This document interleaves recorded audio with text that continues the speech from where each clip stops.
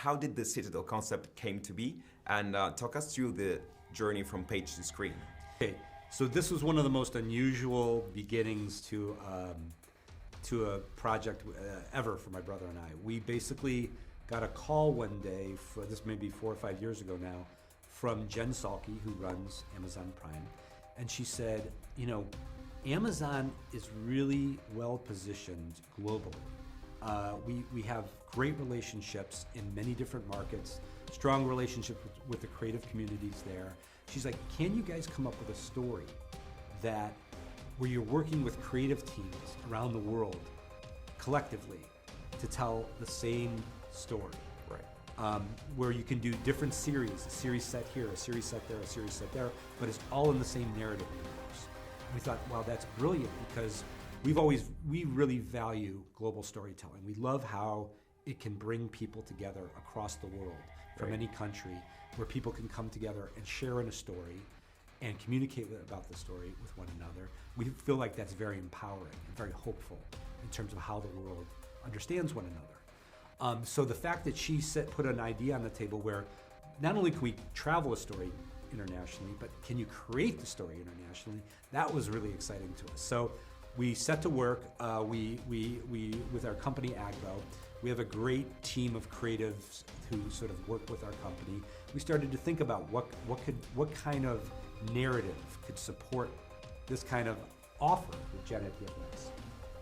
And we ended up coming up with Citadel, this idea of a global spy network, an international spy organization that transcended national borders, wasn't about that kind of political agenda.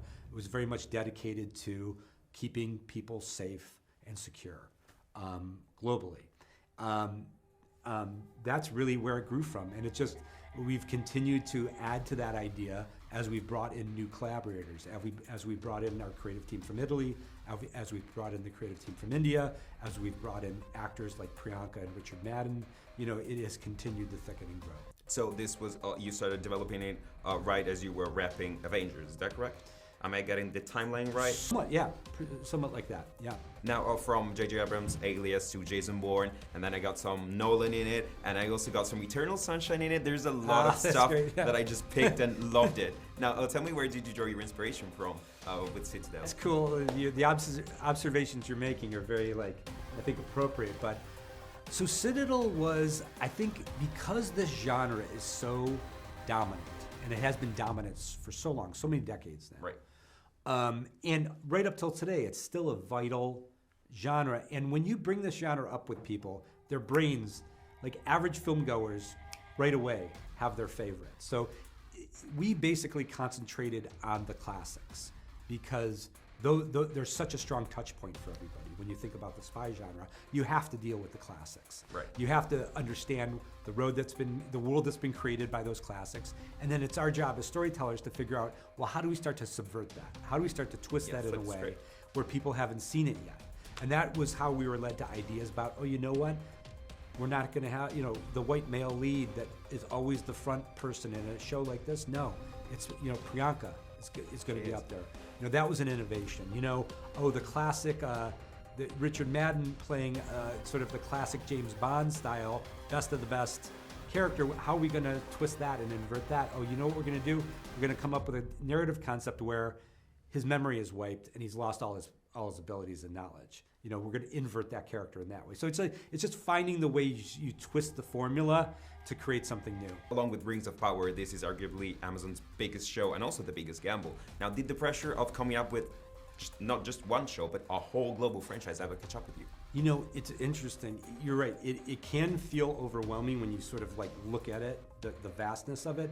But it was really, this is why it took so many years. You just have to take it one step at a time. And when you take it that way, it becomes manageable and doable, and everybody is able to participate in the process in the fullest possible way. So it's just, anything can be done. It's just you just have to do it in the right way. And I feel like we've been building Citadel in the right way. Absolutely. Now, as I know that Citadel Italy has just wrapped, meanwhile India is still in production, and then there's talk of Mexico and France, if I'm not mistaken. You're not going to tell me, of course. Now, do you have a plan mapped out of how many iterations this can go for?